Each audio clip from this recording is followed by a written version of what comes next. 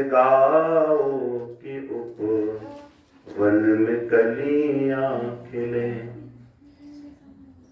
ऐसे गाओ कि उपवन में कलियां खिले, ऐसे झूमो कि मरुथल में बरसात हो, ऐसे गाओ कि उपवन में कलियां खिले, ऐसे झूमो कि मरुथल में बरसात हो।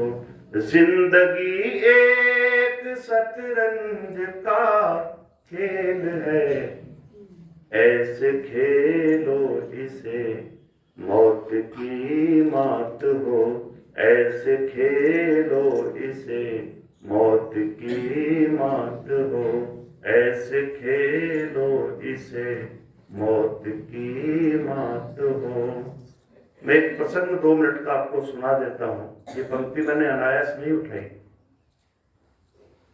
प्रसंग उस समय का है जब रावण मां जानकी को लेकर के चला, रावण मां जगत जननी सीता जी को लेकर के चला, तो सीता जी चिल्ला रही थी, कोई बचाओ, कोई बचाओ, कोई बचाओ। तो किसी ने ये साहस नहीं किया कि बचाने के लिए जाया जाए। गिद्ध जटायु ने साहस किया कि मैं बचाने के लिए जाऊंगा।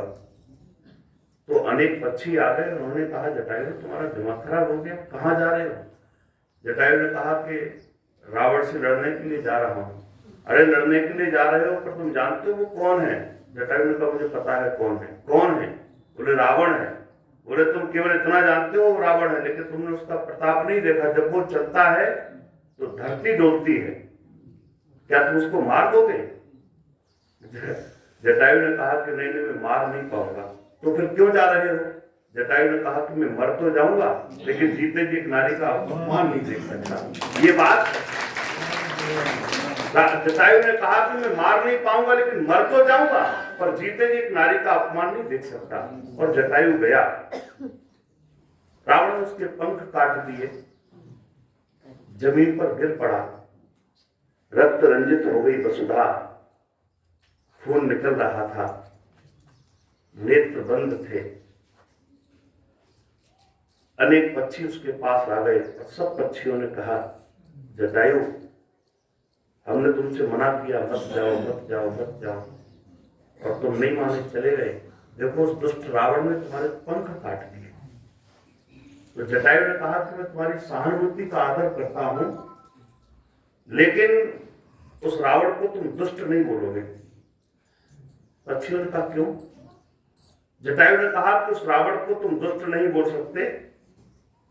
पक्षियों ने कहा तुम्हारे पंख काट दिए, तुम मरने को जा रहे हो, घायल हो गए, क्या हम उस दुष्ट रावण को दुष्ट नहीं बोल सकते? जटायु ने कहा नहीं बोल सकते। तो क्यों नहीं बोल सकते?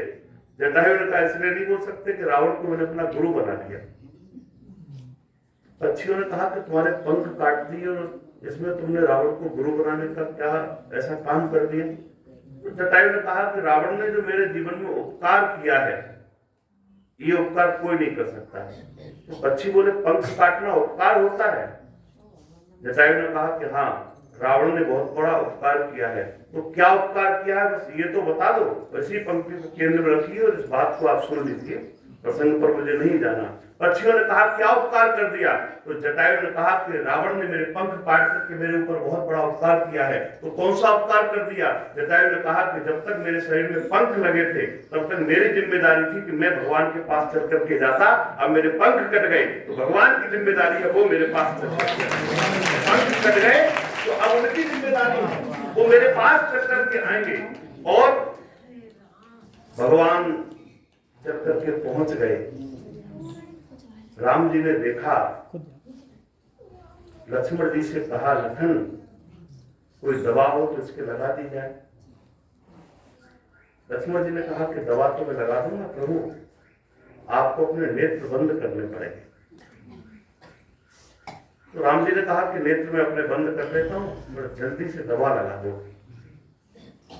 लक्ष्मण जी ने जैसे ही देखा कि भगवान के नेत्र बंद हैं और भगवान ने कहा है कि इसके कोई दवा लगाई जाए, तो लक्ष्मण जी ने तुरंत पकड़ा राम जी का हाथ और हाथ पकड़ करके जटायु के शीश पर रख दिया। भगवान ने नेत्र खोले, लखन ये क्या कर रहे हो? लक्ष्मण जी ने कहा प्रभु दवा लगा रहा हूं। तो कौन सी दवा लगा रहे हो? लक्ष्मण जी ने कहा प्रभु जिसके शीश पर आपका हाथ पड़ जाता है उसके जीवन के सारे दुख दर्द गायब हो जाते हैं। जिसके शीश पर आपका हाथ पड़ जाता है उसके जीवन के सारे दुख दर्द गायब हो जाते हैं। आप देखिए आप जटायु की स्थिति, और यहीं से ये पंक्ति में उठा रहा हूं कि ऐसे गा